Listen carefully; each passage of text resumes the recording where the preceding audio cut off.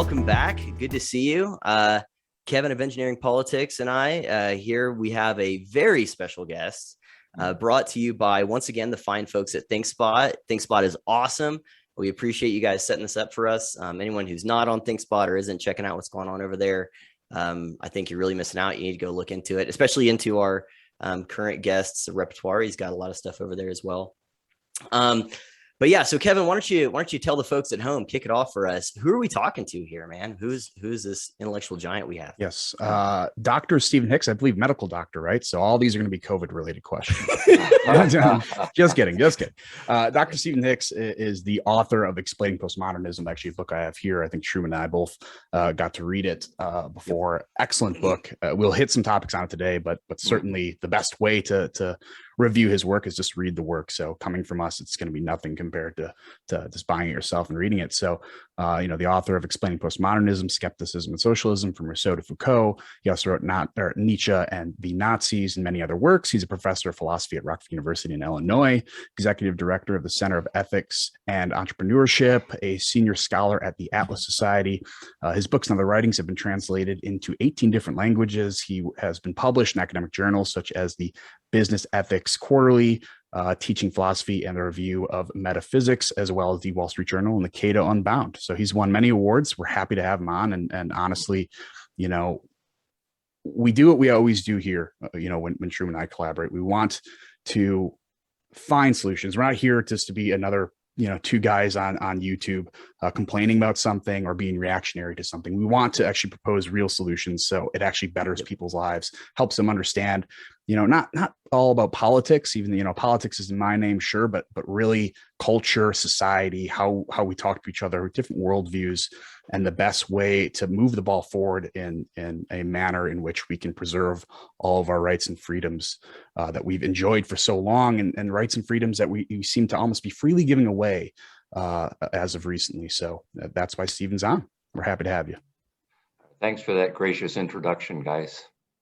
Yeah, no problem.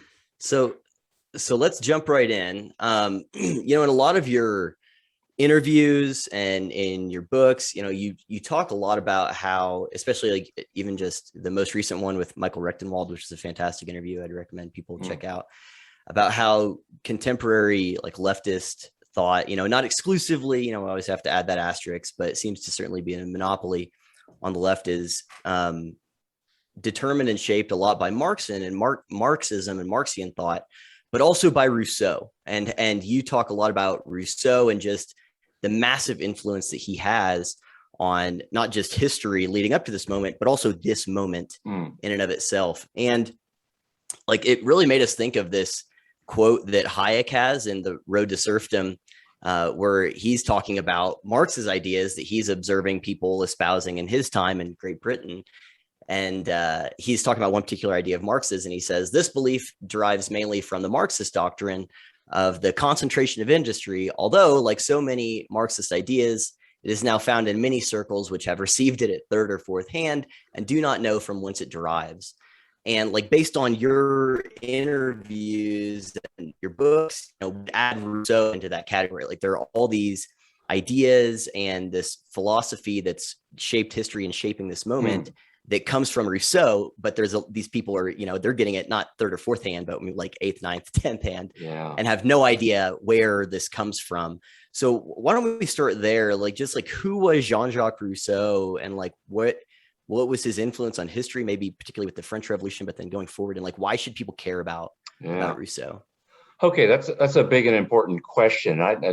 My view, to put it bluntly, is that Rousseau is a lot more important to understanding contemporary culture than Karl Marx is. A century ago, I would have said Karl Marx. Rousseau was in eclipse, but that's changed a lot. Now, you start off by framing this in terms of the left, and I think the terms left and right, we should always use them with a grain of salt. Yeah, that's the kind of the 10-second soundbite level of politics. But as everybody knows, the left is a big tent, the right is a big tent, and you don't have to look very far inside those tents to see that it's a lot of factions.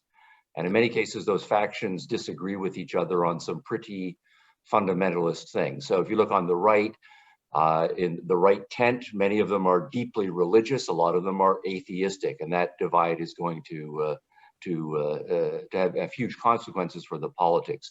When you look inside the left tent, you find many of them are pro-science and pro-reason, but many of them are anti-reason, more emotionalist and faith-based and so on. And that has huge differences.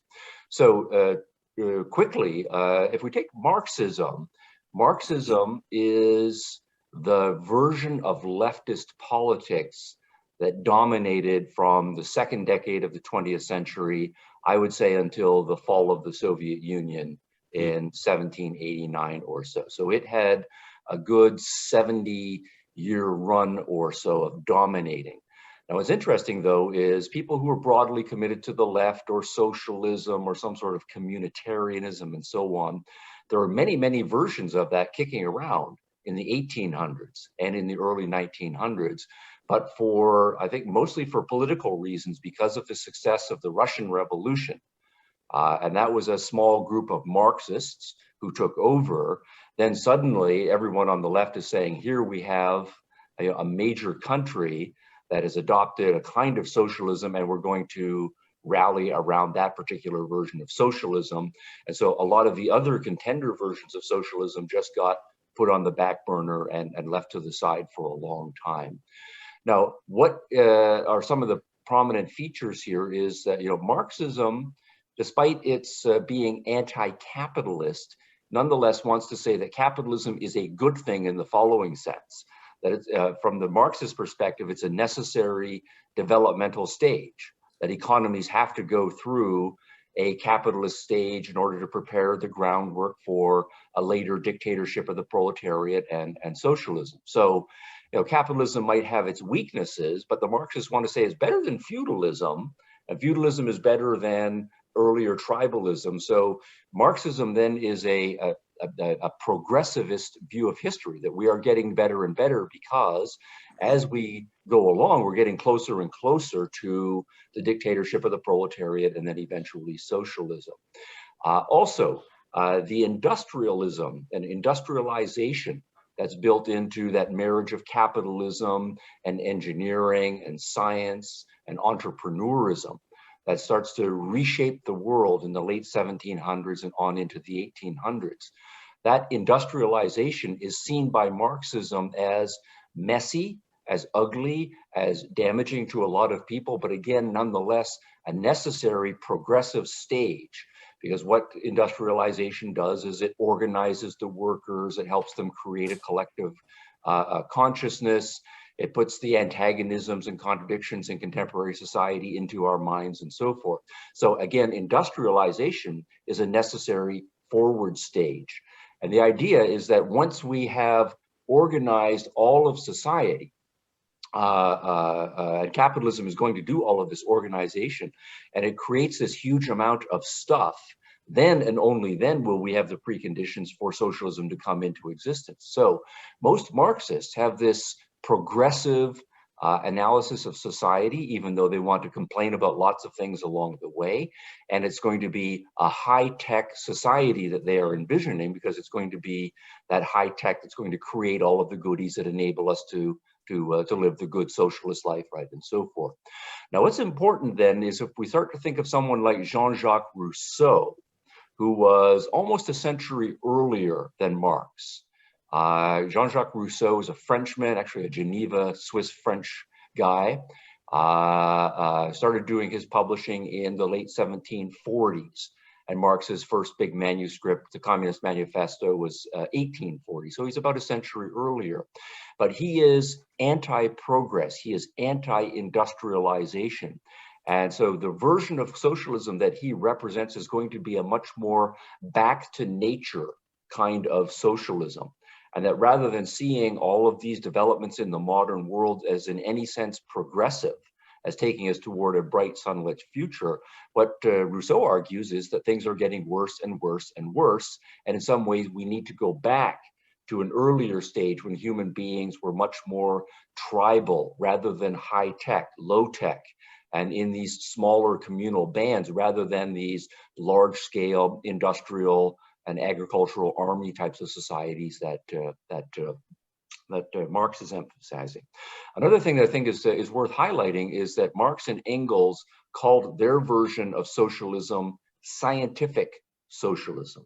Now, what they mean by the science is an interesting question, but at least in terms of their self-understanding and in terms of the public relations, they are saying we are based on an empirical analysis of the way things work. We think that we can study societies and do comparative analyses and come up with these general laws about the way societies have to work. On the basis of that, we can make predictions, and these predictions are going to be testable. And so they're trying to do a kind of social science. And so they are rationalist in that particular way. What you'll find in Rousseau is a very outspoken anti-rationalistic, anti-scientific epistemology or understanding of knowledge. Rousseau wants to argue that science makes things worse. Science is really a matter of, we have these petty passions and petty ego aggrandizing emotions that we want to justify. We all want to think that we're smarter than other people, so we come up with these abstract schemas to lord it over other people and to use those agendas to control other people. So he sees science as a deeply suspect enterprise, and he's much more in favor of a kind of, or what he thinks of as an authentic, passion-based, unstructured commitment to reality rather than an analytical scientific enterprise. So what you have then is they're both socialist in their eventual politics, but their understandings of the way nature works, their understanding of what counts as progress or regress, what counts as science being good or bad, completely different. So what I think, though, and this is something we can follow up a little bit more, is that once Marxism was widely discredited after its experiences in the 20th century, the disasters in the Soviet Union, the disasters in communist China, the great purges and the great genocides and democides that went on there, the disasters in Cambodia and all sorts of other places. By the time the Soviet Union collapses, pretty much everybody says, okay, the Marxist version of socialism can't be the right version of socialism. And then, so of course, some people abandon socialism and they become middle of the road people, or they convert to liberalism or capitalism or something like that. But you'll find a lot of people who in their heart of hearts want to be socialist, right? And they're not going to give that up. What they will do is say there has to be some alternative to Marxist socialism. And so they're educated, thoughtful people. And what they do is they go back in the literature to find another compelling version of socialism. And a lot of them will latch onto Rousseau. And what you find is starting in the 60s, 70s, and 80s, a rehabilitation of a lot of these Rousseauian themes in the far left as they start to rethink their Marxist commitments. Interesting. But before moving on to the next question, I did have the thought, so my understanding of Rousseau's materialist, anti-industrialization kind of stuff, anti-science in a lot of ways, was he had this kind of idealized version of what nature and what humans were like in this state of nature. Yes. And how it was this really completely fabricated utopian, fictional depiction of what people were like in a tribal setting. And so I'm wondering if there's something there that a lot of these types of ideas that are utopian almost always start from either pure abject ignorance that they kind of marry with some anecdotes and maybe even factual observations, but their underlying premises, whether it's Rousseau or Marx in a lot of ways, especially with his fourth or fifth and sixth, stages of humanity or whatever, that they are rooted in just total ignorance of facts and reality as they are. I remember there was this quote by, who's the guy who came up with modern monetary theory? I don't know why I'm drawing a blank on it. Hayek and him always went to blows, but they were at least honest with each other. I'll think of it later. But anyway, Keynes? But he had, Keynes. Maynard Keynes. And he had that, John Maynard Keynes. He had that quote where he was like, we were committed only to the certainty of our own ideas, and no outside thing was going to convince us otherwise. That there's just this kind of, like you said, this, I want this to be true, and it doesn't matter what facts or reality exist out there. I'm going to fill in the blanks with my own idealized imagination. Yeah, I don't know. I think there's some truth to that. That's a more of a psychological interpretation of people's attraction to Rousseau, or more broadly speaking, to a kind of tribalism. So you'll see people will valorize, say, the American Indians as purer, more in touch with nature, and Right. so forth. Unspoiled. Yes, that's right. And various other kinds of tribes around the world, or even back in earlier times. And sometimes I think it is a psychological route that people get there, that the idea in contemporary society, to put it crudely from their perspective, is you are on your own. And the world is very complicated and it's high tech, and we're just going to throw you out into the world to be an entrepreneur and to make something of your life. Now, for some people, that's liberating. Great, right? I want to be on my own and take on life's challenges, and I see all the technology and entrepreneurism as a whole bunch of opportunities for me to develop myself. But for a lot of people, that's very scary. I don't want to be on my own. I want a simpler time where there's a fewer number of choices, where the right way to live has been worked out, and there are kind of these pre-existing slots in society for me to fit into, where I know what my role is and I will be accepted. And so on that psychological grounds, tribalism sounds very appealing because it's all been worked out, and you don't have to think in terms of a decentralized society of millions of people where everything is constantly changing. You're thinking in terms of maybe 100, 150 people, and everybody knows each other and everybody knows what they're supposed to be doing. And so psychologically, they can wrap their minds around that. I think another way of getting there, though, is more philosophical. And so I don't think we can always just dismiss the intellectuals who are adopting Rousseauian tribalism as just psychologically pining for the good old days.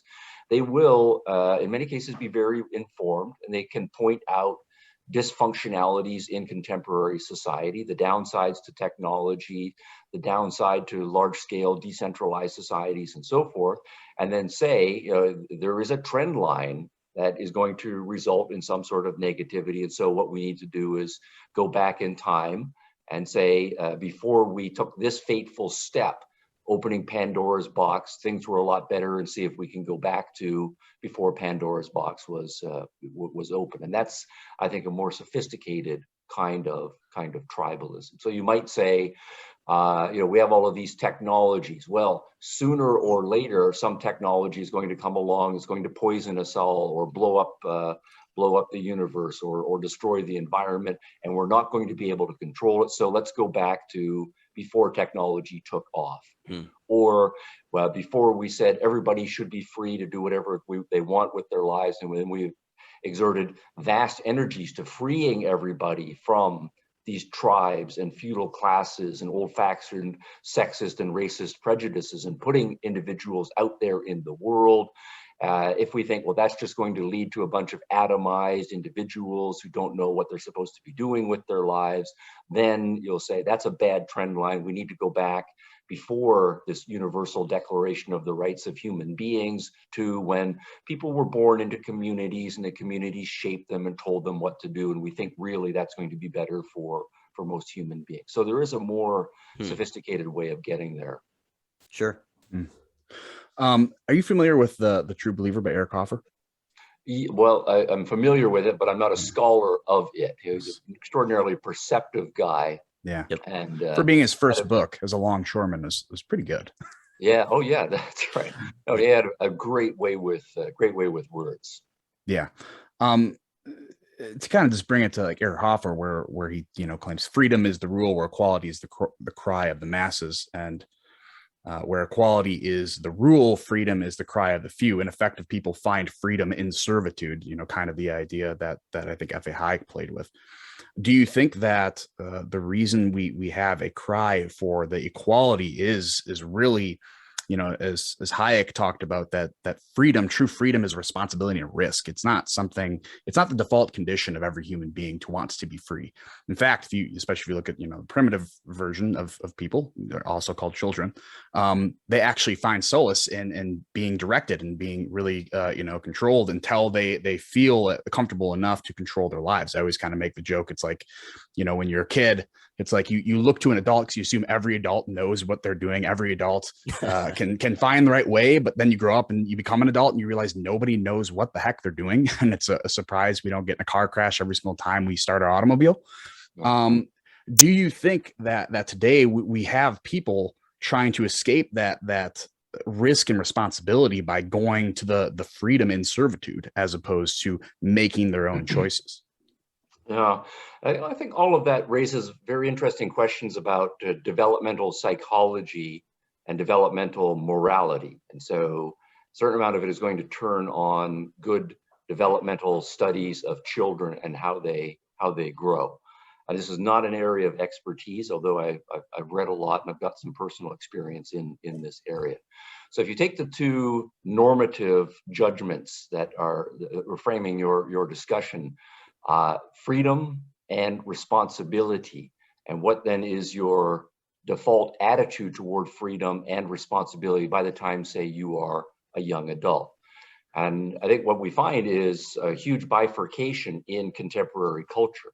A lot of people love freedom and can't wait to be free, and they're fully willing and able to take on the responsibility of adult living. I want to get my driver's license so that I can be free and powerful and go out there. I want to move out of my parents' house. I love my parents, but I want that freedom, and I'm willing to pay the rent and commit to that myself. I want to go off to university. I want to start my business. Now, my view is that's the normal, natural development for human beings. So what I think needs to be explained is why there are however many few people in the current young people demographic that have that attitude toward freedom and responsibility. So I think you are right. We do have a large number of people who don't want to be free. They want to be told, comforted. They want there to be pre-existing slots that I fit into, where the thinking has been done, the expectations have been set, and I'm going to live according to those rules. And so I'm going to have a kind of nested freedom or a nested responsibility within a broader paternal, hopefully a benevolent paternal framework, whatever that is. Now, I want to leave it as an open question whether there are natural dispositional differences among infants. But my view is that human beings come into the world and the natural thing for them is to want freedom and self-responsibility. So right from the get-go, we start using our limbs and observing. So it comes from the child. I want to learn how to talk. I want to learn how to move in the world. I want to explore and play with things. These aren't put onto the child as expectations. You need to learn how to talk. You need to learn how to walk. You need to learn how to explore the world. When you see kids who are 2, 3, 4 years old working with interesting things to them that they have chosen, they typically take ownership of that thing. And it takes a lot for them to turn to an older brother or an older sister or their parents and say, I don't know how to do this. Will you tell me how to do this thing? In many cases, what I've seen is almost every kid, if you try to interrupt them and say, you're doing that thing wrong, here's how you do it the right way, they react negatively to that. Right? They say, back off, right? My 2-year-old can verify everything. Okay, good. All right, now what I want to say is a lot of kids do that, and I want to say that's the normal thing. Where if you have a kid who is 5 years old who doesn't know how to do anything, isn't particularly curious about things, anytime there's a new thing, automatically looks to the parents and says, what am I supposed to do? I think something has gone wrong with that child. So what I then want to say is that we start free. right? And that freedom can naturally be encouraged, and we want to take responsibility. If you think about kids and how delighted they are anytime they master some new skill, they're just so happy. So I did it myself, and I did it well. And of course, they want to brag and show off. Look at me, mommy. Look at me, daddy. And then there's siblings and friends and so forth. So that is, I did this, and I am getting the reward for having persevered and figured out how to do it. And I'm becoming a more powerful, free, and responsible agent. Now, I think that's the normal human development. So my question is, why do we not have a lot more geniuses, creative innovators and entrepreneurs in the current generation, particularly when we have a society that is so rich, both in material goods and in opportunities?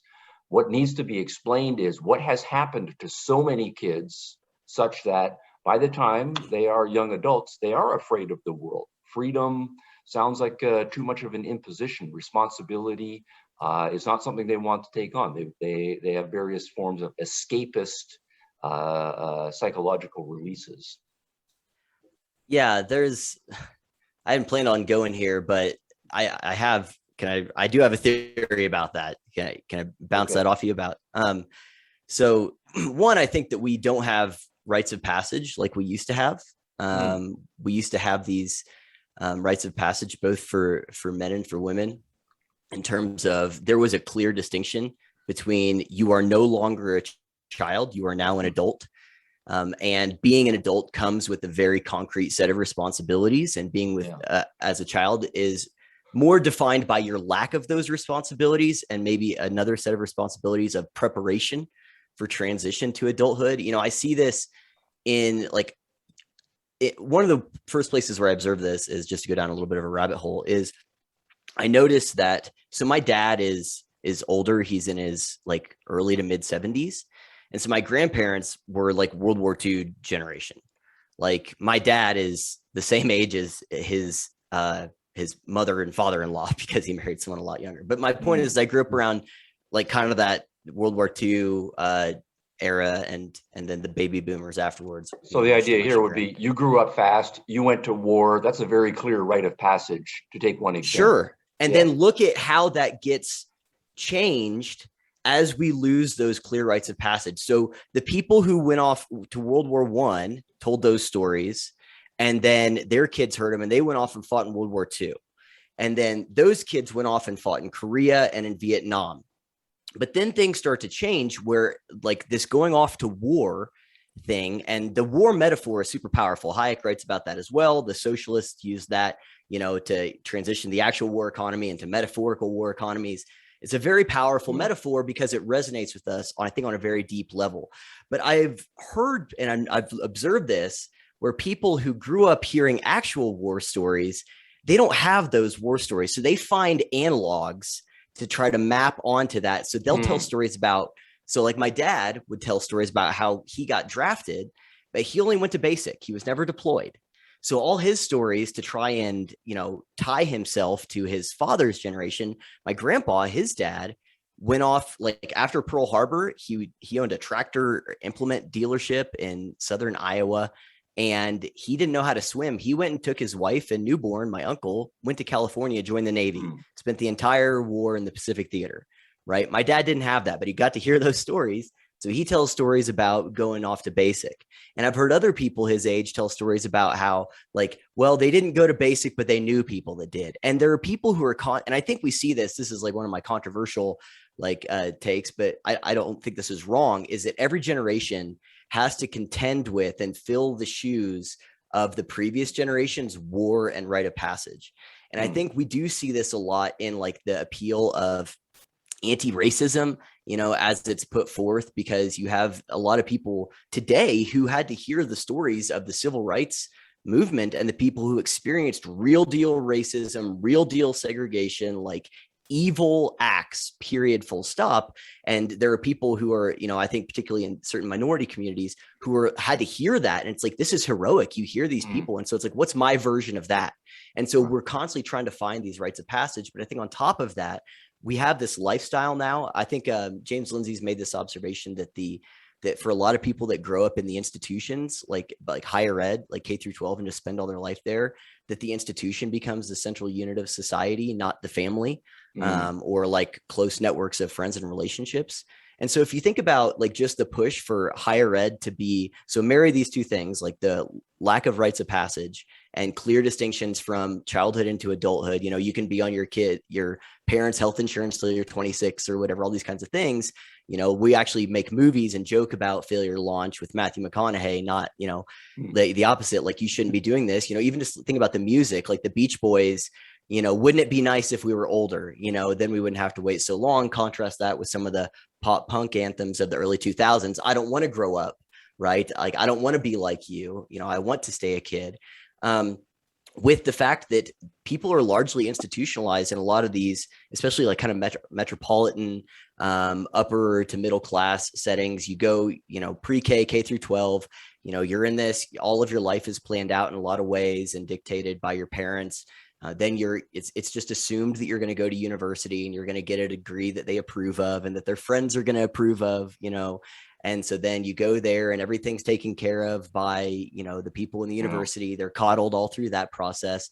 Maybe they stay, and then you're just in that for decades without ever entering the real world. You're in this milieu where it's like, we decide these things with the collective of, you know, enlightened people, and, you know, we don't have to take care of anything ourselves. You know, it's all just kind of done for us. Or they go and they move out into well, the last part here real fast is then they go and move into an apartment or somewhere where if something breaks down, they don't have to repair it. Their, you know, superintendent takes care of it. They take public transportation, so they're not responsible for a vehicle. They order out all their food, so they don't learn how to cook.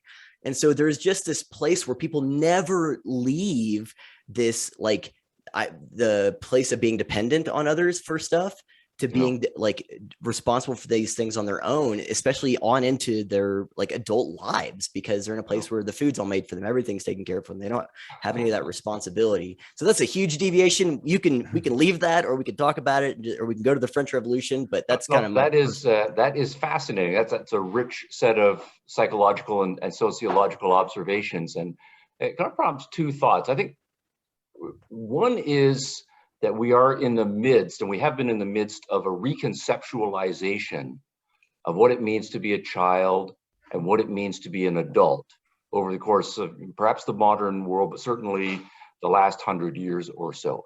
Partly because we have become a lot freer. And so what does it mean to be a free adult? That's a new question for human beings. And it might just be that it takes us a few generations actually to work that out. Also, we are so rich by historical standards. So we don't have to, so to speak, cut childhood off so early and take on serious responsibility of making a living. And so what do we do with all of this wealth? And one of the ways we make decisions about what to do with all this wealth is by buying leisure time and extending childhood and so on. So what does it mean to be an adult in a free and rich society? What does it mean to be a child in a free and rich society? And I think we have good answers and bad answers to that. One thing I don't think is healthy is I like very much though the idea that we no longer feel that we have to define childhood against adulthood. That in some sense, being a child is being irresponsible and free and no pressures and you can do whatever you want, et cetera, et cetera. But adulthood is very serious and nose to the grindstone and expectations of societies and bearing the weight of responsibility on your shoulder. What we have much more prevalent in our culture is this idea of maintaining that childhood outlook on the world, where you're like a lifelong learner or a lifelong student, or the idea that your work should be a kind of play, that rather than play being something that children do, but you stop playing and you become a worker, or when you're a worker, you don't think of it as play, that instead our careers should be fun, playful, and that we should fulfilling. Approach it. That's right. That's right. So that's partly to reconceptualize what it means to be an adult. What it means to be an adult is to maintain that same set of psychological outlooks. The world is open and sunny and full of opportunities to me, and it's a whole lot of fun, right? So I'm Steve Jobs, and I'm 40 years old, but I'm and I'm working at Apple, making all of these new toys and so on. But that's no different than Steve Jobs when I was 4 years old in a sandbox, and the sand is just all of its potential, and I can make whatever I want out of it. It's that continuity between childhood and adulthood. I think all of that is very healthy. At the same time, there is a dysfunctional version of that, and I think that's what most of your comments speak to. That much of this, what you're calling institutionalization, and not having clear markers that you have mastered something and you are now more of an adult than you are a child, a lot of that has been abandoned. That either we're doing way too much helicoptering and insulating children from the slings of arrows of fortune out there in the world, or we're doing too much asking them to be passive, just putting them in an institution, telling them to sit in straight rows and listen to the teacher for 6 hours and just do whatever's in the textbook, instead of training them to be active and choosing their own Giving problems. them drugs to settle them down. That's right. Yeah. And then, the 7 and 10-year-olds who are, I think, naturally supposed to be a whole lot more active. We say, no, that's a problem. And so you drug them into submission, right? So what you then are doing is actually anti-education. And so at that point, what you end up with is people who are biologically adults, but they still are psychologically in the children in the lack of development sense. Can I add something on to what you just said there? Yeah. Like that part of that process of protecting them from things and laying everything out is a disconnect between freedom and maybe I can thread the needle here to try to get us back on track, but a disconnect between freedom and success. Like people used to understand that their own freedom and agency was tied directly to their ability to succeed in life. Yes. And so whenever you aren't having to exercise your freedom and your choices and you see like a relationship between I do this, I plant this thing here, I go here, I cut down these trees to build this cabin so that my family isn't destitute. That's so my very family well isn't starving. said. Very Where well people said. nowadays, like if you think of freedom as a currency, like it seems like it doesn't purchase very much because they don't see a relationship between their own freedom and the outcomes in their life, because it's like, it's all planned out for me. I don't have to, take risks or do any of this stuff as Kevin mentioned. And so like, as that happens and my theory is that people are more willing to gamble with freedom and give it away because it doesn't seem like a valuable thing to them. Because while the freedom being exercised by people that came before them is what built everything around them and allows them to prosper, they don't see a relationship between their own freedom and prosperity. So they're like, what's freedom anyway? I don't care about this. I can give that away for whatever.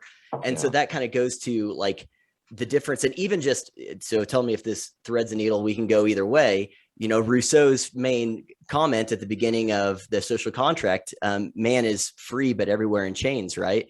And so even Rousseau understood that there was a connection between freedom and your ability to succeed, or there was something else there that went with freedom.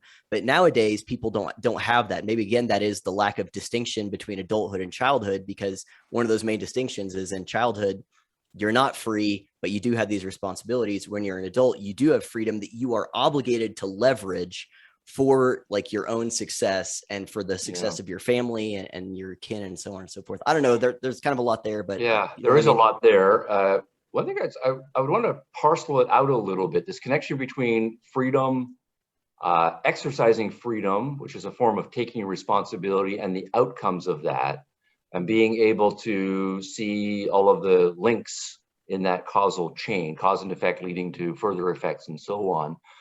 I think it depends on what domain of human activity you're talking about. For most people, I think economically, the point you're making makes sense. They don't understand how modern economies work. And so it's just a big magic box and stuff happens. And somehow I end up with a certain amount of stuff and other people end up with a different amount of stuff. If you step away from business and economic issues and you start talking about people's love life and their sex life, then I think the connections between freedom and responsibility, pretty much everybody can grasp that, and they do. They don't want to give up their freedoms with respect to their sex lives. I mean, it might be, you say, you need to get a license to operate your business and to engage in international trade, and we're going to tax you depending on, and so you talk all of that in business, like, yeah, sure, that's fine.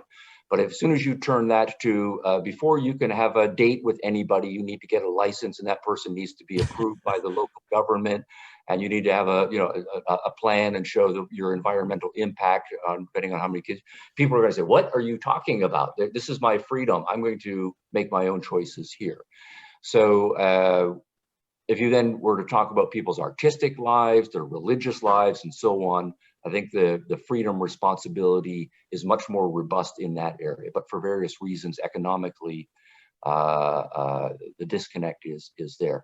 And I think you're right also to make a connection back to the left in the following sense: this connection between freedom and responsibility, that people need to be free so that they can take ownership of their lives, including their productive lives, to make stuff. And then your productivity is going to determine your consumption, and profit is a measure of how productive you've been in a social context, and so on. And so laying all of that out and making a case for an open market entrepreneurial society, the left is opposed to all of that, pretty much. And in both the Marxist version and in the Rousseauian version, as much as they disagree with each other, they don't like that heavy emphasis on individual freedom, agency, and responsibility for producing your way in the world. If you think of the ideal society for the Marxists, it is this projection of a place where, or a time in the future when all of the problems of production have been solved. Right? We've invented all of the machines, and the machines are just cranking out the products, and they're all just distributed more or less equally to everybody. So everything that you need is provided for you by the state with its apparatus, but underwritten by all of these high-tech machines. So that ideal is then to say, I don't really have to work. I can work if I want to, and I could just work an hour here, an hour there. At home and write poetry. This, that. Sorry? Yeah. Can just sit home and write poetry. That's right. Yep. Or I can go fishing in the afternoon. So it's a very passive, I don't need to work for a living and take charge of my living. And that's the ideal that is being positioned. Mm-hmm. And then the same thing you find if you go to Rousseau, and Truman earlier is mentioning this kind of speculative anthropology that Rousseau engaged in. So if we go back to the beginnings of time and the earliest stages of human beings, before everything went bad and it was all corrupted, and then he presents a picture of the way the world was. It was a simple, unspoiled nature, and nature provided everything that human beings needed. If you needed to eat something, you just reach up and grab a fruit from the tree and you eat it. If you needed to drink, there was a nice clean stream nearby, and then you could take a nap and once in a while have sex with your partner, but there was no commitment there, et cetera, et cetera. So again, the economic problem is more or less solved. Nature is just providing whatever it is that you need, and you don't have to work, and so on. So I think that if that's your ideal, then that's going to militate from the get-go the idea that you need to take full responsibility for creating the economic value that you are going to consume. And that's going to seem like an imposition of an unwanted kind of responsibility. It's interrupting my freedom. I want to be a guy who just fishes and takes long naps, and you're telling me I have to work and be a responsible person. That's an alien philosophical mindset. Now, there's a connection here to religious conservatives, because I don't want to leave them off the hook on this one as well. So we might be beating up on various strands of the left, but you'll notice the description I just gave is very close to a kind of Garden of Eden portrayal.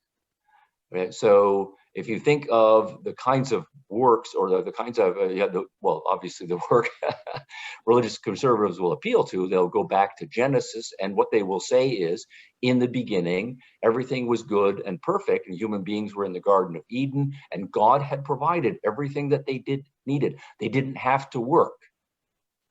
Can I give you some pushback as a theology major on that? Well, I'm just going to push a story here. Okay. And then they committed the sin, right? And then as a result of the sin, there were 3 punishments. One is mortality. There's pain in childbirth for women. But then God says, and now you are going to have to work for a living by the sweat of your brow, and you are kicked out of the Garden of Eden.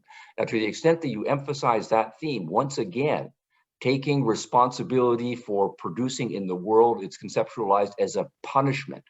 And before, you were free in the Garden of Eden and everything was provided for you. So the idea of whether you're a religious conservative in that strong sense, or a Rousseauian or a Marxist, you are conceptualizing work as an imposition on your freedom. It's a responsibility that's a kind of punishment that you don't want.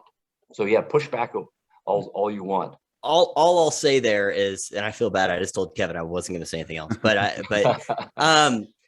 is that the curse is that work was going to be difficult. Not that you were now going to have to work. In Genesis, God puts Adam in the garden and Eve to work the garden. But the problem is that now there's going to be thorns and thistles. So work, instead of being something that is enjoyable, they're doing in some type of communion with God, it's now going to suck. Just like childbirth is now going to suck, work is now going to suck. It's not that there wasn't going to be childbirth beforehand. It was just supposedly going to be an idealized version of it.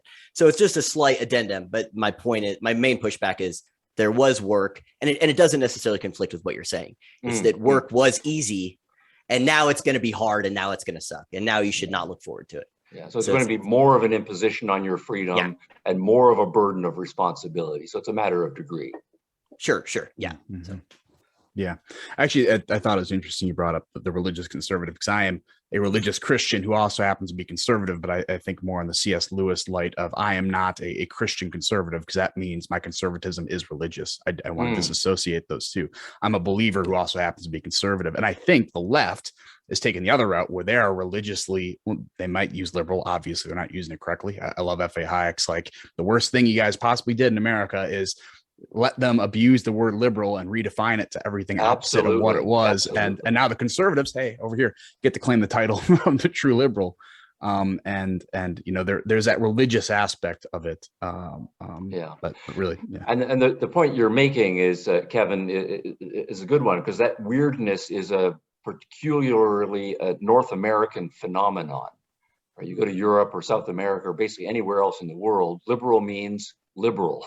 It doesn't mean this strange big government welfare state, organize people into tribes and so forth that it means in the United States. So so we need to reclaim words. Right. So to circle all the way back around to like how we originally started this, going back to Rousseau. I have a question here that involves the French Revolution versus the American Revolution, but I think first we do need to tease out a little bit, and I know you go through it in your book, so if you just go through it quickly before I expand on the question, is what was Rousseau's influence on the French Revolution? Yes, well, yeah, good question. French Revolution, as you know, is a huge sprawling topic. My reading of the French Revolution is that it went through 3 phases. And so Rousseau was most influential on the 3rd phase, when things got terribly nasty, right? Madame Guillotine, the Reign of Terror, and so forth. And so the reason for that is partly philosophical. Rousseau is a strong collectivist. When you are a strong collectivist, you don't see individuals. You dehumanize people, and you are willing then to do very nasty things to human beings if they aren't fitting into your ideological mission. And the authoritarianism is baked into Rousseau right from the beginning. So he's not in any sense a liberal. So by the time his disciples, and Robespierre, Marat, Saint-Just, even Danton, to a certain extent, they're all disciples of Jean Jacques Rousseau. And so I lay the primary responsibility for the real nastiness that the French Revolution devolved into at their doorstep and behind them. Jean Jacques Rousseau. Now, the French Revolution, though, initially started off, what's going on in France is all let's say, a whole bunch of ideological stuff, a whole bunch of economic stuff, a whole bunch of political stuff, and so on. And there are lots of factions kicking around. You do have the monarchy, you've got the aristocracy, you've got people who are liberals in the American revolutionary sense of liberals. And this is partly why someone like Thomas Jefferson was so optimistic in the early days about the French Revolution. So he saw people like, Lafayette and Condorcet and others who were, followers of Voltaire, followers of John Locke, and so forth. So they would be American revolutionary liberals in the sense that we recognize. So you've got those factions, but then you also have the Rousseauians. So early on, what you have is a very weak monarchy under Louis XVI. Partly he's a weak monarchy because the monarchy has been in decline politically. Partly it's because he's a semi-enlightened guy. He's a nice guy. He's not a bastard, dictatorial, in-your-face monarch. He wants to improve French society. He's open to reform. So he's letting various cats out of the bag and so on. Also, the aristocrats, who had been long a power base in French society, they'd been weakened under Louis XIII, Louis XIV, and so on, but they were getting their act together. And so you have the aristocrats, and it was primarily the aristocrats who are pushing and forcing what comes to be the first stage of the French Revolution. They see the monarchy is weak, the monarchy is open to reform, and so they're pushing for some political changes. Now, their motivation is not any sort of Lockean liberalism or Rousseauian egalitarianism. They want to get back some powers and rights that the aristocrats had lost over the course of the previous century and a half or so. So it's an aristocratic reform movement. That's the most important thing at that point. So they force the king to call the Estates General, which is a kind of a republican parliamentary organization where all of the major elements of French society are represented. Now that's the first phase. And so we're going to exert some reforms, and the aristocrats, the more liberal-minded among them, and then also the people that we would say are basically Lockean type liberals, are very influential at this point. And so if you read the Declaration of the Man of Rights and Citizens that was published early in the French Revolution, late in 1789, as an American revolutionary, if you read the Declaration of Independence and the Constitution, you would say, hey, this is a good document. I'm on board with probably 90% of all of this. And so that then is the second phase of the French Revolution that for the next couple of years is really dominated more by Lockean liberal types.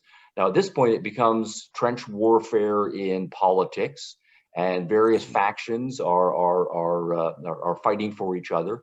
And it just happens to be the case that the Rousseauian egalitarians, who are much more ruthless, much more brutal, and much more politically savvy at the time, they're able to wrest control, and the movement stops being a more Lockean liberal revolution, starts to become a more authoritarian type of revolution. And I think there are some other factors that are important. It's not only that it's Rousseau's ideology that comes to be dominant and the one that is most politically savvy. France was an ancient society, and there's a huge amount of revenge psychology that just gets built up. So the peasants really were maltreated for centuries, and people who were not in any of the upper classes were maltreated. So you have a huge portion of the population that just builds up, and then for the first time in history, they say, wow, maybe we're going to be free individuals and get some rights, and maybe we can build a new society. But for a vast majority of these people, these are not sophisticated people. They see instead a chance to take revenge and work out all of, in many cases, the justifiable resentments that have been built up in them. And it's also the case that economically, France was suffering famines and certain kinds of dislocations in the 1780s, and those sorts of things bring out the worst in human beings. So it's a complicated story, and that's what I would emphasize. But I think without Rousseau, the leadership of Robespierre and Saint-Just and Marat. These are very smart guys, very well educated, trained as lawyers and journalists and so on. They, without that ideology and a kind of a purist, we can transform society if only we are violent and bloodthirsty enough ideology, it would have been much less nasty.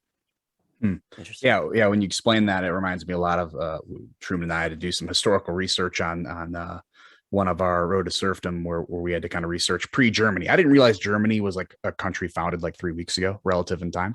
Really? And I didn't. We kind of understood the Prussian mindset, the war type mindset. Also, kind of, I think, from a bit from Kant and Hegel, is why, you know, the series of events happened in the early 20th century, and it really helped us kind of understand this. You know, it's not, and I love the observation made by F.A. Hayek that it is not a uniquely German thing, the thing that they did. But like, we can't just associate this just as, you know, they did back in the times of slavery, where they just associated it inherently with some race. It's not inherently them. It can happen to us. It's just, you need the right conditions to be built before that happens. Absolutely. And let me just say one more thing to contrast with the American Revolution. So the American Revolution was largely ideologically driven, but you did not have any Rousseauian elements, so to speak, in France. That was almost a purely Lockean liberal, to use a shorthand. And there was a much more ideological uniformity among the general reading public, and certainly among the intellectuals. You did not have that degree of ideological uniformity among the French intellectuals. Also, the United States was much less populated. It didn't have centuries of grievances and resentments built up. And then you also had the sense of, we can build a brand new country, because obviously that's exactly what you're doing. And I think that's, to a large extent, a different mindset from, we have this traditional rooted country and we're going to reform it. The idea of building a brand new country is liberating, instead of trying to overturn what you see as a corrupt society in order to maybe get a few reforms out of it. So the conditions are quite different. Yeah, I do have a follow up to that, but I just want to make sure, we're coming up to an hour here. I certainly want to tie, my last question together. I know Truman wants to follow up. We have like a billion questions we'd love to ask you, but maybe for another day. Yes, so if you're okay with going a little over an hour, I hope let's that's go another right. 10 minutes. Yeah, great. So we talk about the Rousseauian ideas that influenced the French Revolution, the liberal Enlightenment ideas that influenced the American Revolution. The results of each revolution were obviously very different, and we can, I think, confidently say that the liberal Enlightenment ideas came out as a clear winner when you compare the outcomes. But we can't seem, even in the liberal West, cannot seem to escape the ideas of the French Revolution. What do you think is like attracting people in 2021 to the ideas that caused the reign of terror in the late 18th century? Are we just ignorant in terms of our education, not learning about this, not learning about it thoroughly enough to understand what happened? Or are we intentionally going down the same road expecting different results? I think it's both. I mean, history education is very weak in contemporary American society. There are various reasons for that. Institutional, 90% of kids get educated in public schools, and most of us have experienced that. So for most kids, it's tune out as much as possible, and just learn whatever minimal amount you need to get through on the test. So motivationally, students are not excited about learning any history at all. So there is a huge amount of just ignorance of history out there. And when people are ignorant of history, they're not going to be aware of the bad experiments that have gone on and learn anything from those bad experiments. They're also going to take whatever's good in their society for granted. They're not going to understand the historical roots that had to be fought for, in many cases hard fought for and won, in order to maintain what they take for granted in their current society. So I think that's going to be one factor. Another hugely important factor, though, and I think the more important factor, is ideological, that there has been a long march through the institution of people who are not at all interested in advancing liberalism in the sense that we are using liberalism here, or any kind of healthy conservatism, that the American tradition, or broadly Western civilization, or even more broadly global civilization as we've been creating it for the last few hundred years, that we understand the institutions that have been created and why those institutions are healthy and why they work, and we want to conserve those for the next generation. We do have a large number of people who are ideological, who are in good position in important cultural institutions, including contemporary education, who are committed to very different kind of anti-Western, anti-American, in fact, civilizational values. That's what they are teaching as a matter of course, and that means a hollowing out of the broader culture. Yeah. So last question. It's kind of a two-parter. The first one, part one, is, do you see these institutions as they stand as salvageable? Obviously, there is going to be some nuance. Some are going to appear more so than others, but I think primarily of higher education, and how like we have a serious credentialing issue when it comes to higher education. So, it used to be if someone said, so-and-so went to Harvard, you'd be like, wow, that's all you needed to know. And you just assumed that they were competent and knowledgeable and going to be a productive member of society. And now it's, yes, what degree did they get? Because if they got a degree in medicine or something, and obviously there's now beginning to be asterisks there, but you would say, okay, they're competent, productive, contributing society. But if they got a degree in like gender studies or something, it's, oh no, it's the opposite. You are actively working to destroy society as we know it. And so these institutions we have this credentialing issue where they are creating the pillars of society, people that feel like load-bearing institutions. Like we need chemical engineers, right? Like we need astrophysicists, but those same institutions are also like creating and churning out the activists and ideologues that are destroying society. And so do you see them as salvageable?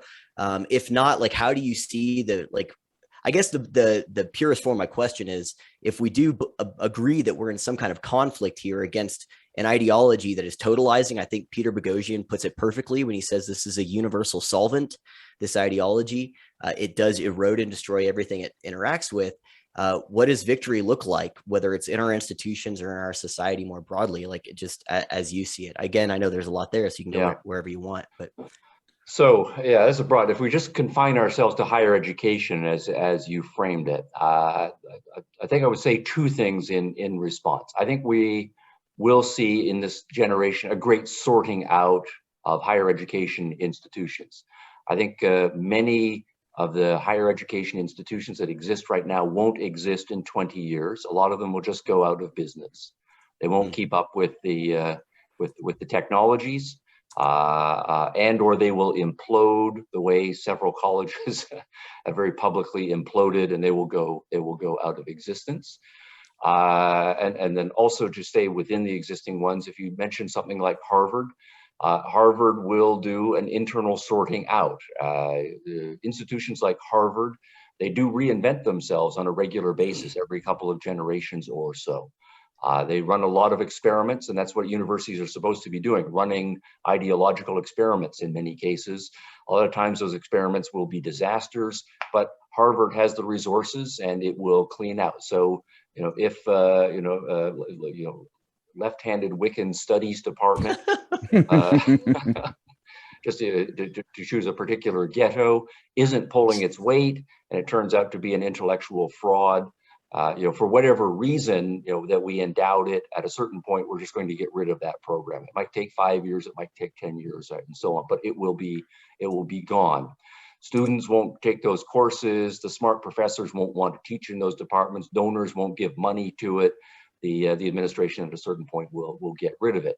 And then the healthier parts of Harvard and other institutions, the medical school and so on, they will be able to absorb the current assaults that are coming from critical feminist theory and critical race theory and so on.